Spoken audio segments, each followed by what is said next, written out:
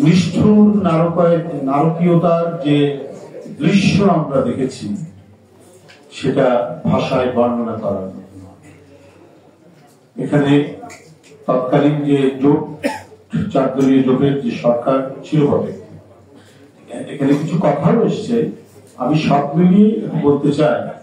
ওই দিন কিন্তু শেষ দিন, দেশনেত্রী বেগম খালেদা জিয়া প্রধানমন্ত্রী, তিনি রাষ্ট্রপতির কাছে যাচ্ছেন পদত্যাগ করার জন্য, ক্যাবিনেট সহ ক্যাবিনেটের মতামত দিয়ে মিটিং করে।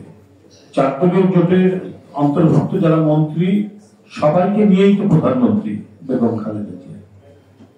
এবং এটা এমন দেশ, তত্ত্বাবধায়ক সরকার গঠিত হবে, গঠনের 1 সপ্তাহ আগে থেকে প্রশাসন আর কাজ করে না, সরকারের কথায় আর কাজ করে না। তখন আমরা নিজের চোখেই এটা দেখেছি অনেক ঘটনা।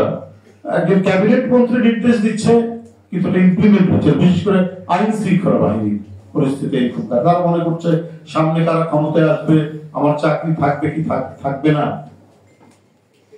এই আশঙ্কায় আইন শৃঙ্খলা প্রয়োগ করার জন্য তাদের যে অথরিটি, কর্তৃত্ব, সেই কর্তৃত্ব তারা প্রয়োগ করতে চায় না। আর ওই দিন হচ্ছে শেষ দিন সরকারের, আরো তো খারাপ অবস্থা। এদিকে 14 দল, আওয়ামী লীগের নেতৃত্বে 14 দলীয়, তাদের যে তাণ্ডব, রক্তাক্ত তাণ্ডব সর্বত্রই। এবং আপনাদের হয়তো মনে আছে, মনে করিয়ে দিই, বিশেষ করে যারা সিনিয়র নেতৃবৃন্দ, ছাত্র দলের তখন সভাপতির নাম লালটু, শাহাবুদ্দিন লালটু। ও তার দেশের বাড়ি থেকে ঢাকায় আসছে, রাস্তার মধ্যে পেয়ে গেছে 14 দলীয় তাদের কর্মীরা। এমন বিরল প্রহার করেছে আমাদের সময়, আমরা যখন ছাত্র রাজনীতি করি, ধরুন সেই 80-র দশকে, আমরা যারা কেন্দ্রীয় ছাত্র নেতৃত্বে ছিলাম, সভাপতি, সেক্রেটারি, এরকম অবস্থায়, বা ইউনিভার্সিটির ভিপি হিসেবে নেতৃত্ব, যখন আমরা যেই সংগঠন মারামারি হয়, কিন্তু আমাদের লেভেলে গায়ে হাত দিই। কিন্তু এটা শেখ হাসিনা এবং তার ছাত্রলীগ চালু করেছে, মারুদেরকে, সে যেই হোক না কেন। লালটু ছাত্র দলের প্রেসিডেন্ট, তাকে এমন ভয়াবহ ভাবে তাকে আঘাত করেছে, মাথার মধ্যে ইট দিয়ে থেতলেছে, দিয়ে পুকুরে ফেলে দিয়েছে। তারপর যাই হোক, কোন রকমে ওখান থেকে কোন একজন সহৃদয় ব্যক্তি তুলে নিয়ে একটি হাসপাতালে কোন রকম একটা প্রাইমারি ট্রিটমেন্ট দিয়ে সে ঢাকায় এসে পৌঁছায়, এবং প্রায় 1.5-2 মাস হাসপাতাল থাকে। এই ঘটনা আমরা তখন শুনছি, আমাদের তখন মিটিং হচ্ছে পল্টন অফিসের সামনে।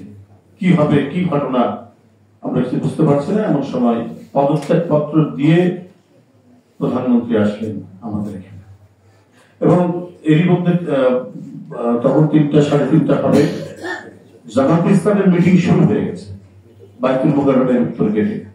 আমরা ঘটনা শুনছি, টিয়ার গ্যাসের শব্দ শুনছি, বোমাবাজির শব্দ শুনছি, এমন একটা অবস্থা, মানে কে কাকে ওই সময় এগিয়ে যাবে সেই প্রস্তুতিও মনে নাই এরকম। আর তাদের এই চলমান আন্দোলনের মধ্যে দেশে মানে হরতালের পর হরতাল, 2 দিন হরতাল, 3 দিন হরতাল, একটা বিচ্ছিন্ন চারিদিকে। এর মধ্যে ম্যাডাম এসে আসলেন, আস্তে আস্তে লোকজন জমায়েত হতে শুরু করলো, মিটিং শুরু হলো।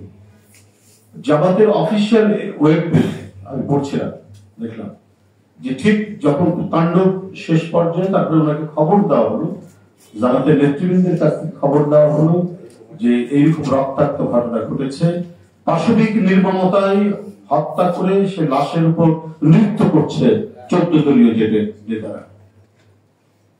সব শুনে তিনি সাথে সাথে যখন দেখছে যে পুলিশ কোনো কথা শুনছে না, র্যাব কোনো কথা শুনছে না, তখন বিডিআরকে বললেন, এবং বিডিআর তখন মুভ করে, বিডিআর একটা দায়িত্ব পালন করে। তখন ঘটনা, রক্তাক্ত ঘটনা অনেক ঘটে গেছে। এটা জামাতের মানে অফিসিয়াল ওয়েব পেজে আমি টোটাল ঘটনার যে বিবরণ আছে সেটা আমরা দেখেছি। তো সুতরাং বিষয়টা হচ্ছে, ওই দিনটি এমন একটি দিন, যে দিনটি কে কাকে কোথায় কিভাবে গিয়ে আসবে, কোনো নামে মাত্র সরকার কয়েক ঘন্টার মধ্যে পদত্যাগ করছে, প্রশাসন কেউ কোনো কথা শুনছে না। এই সুযোগটা দিয়েছে শেখ হাসিনা।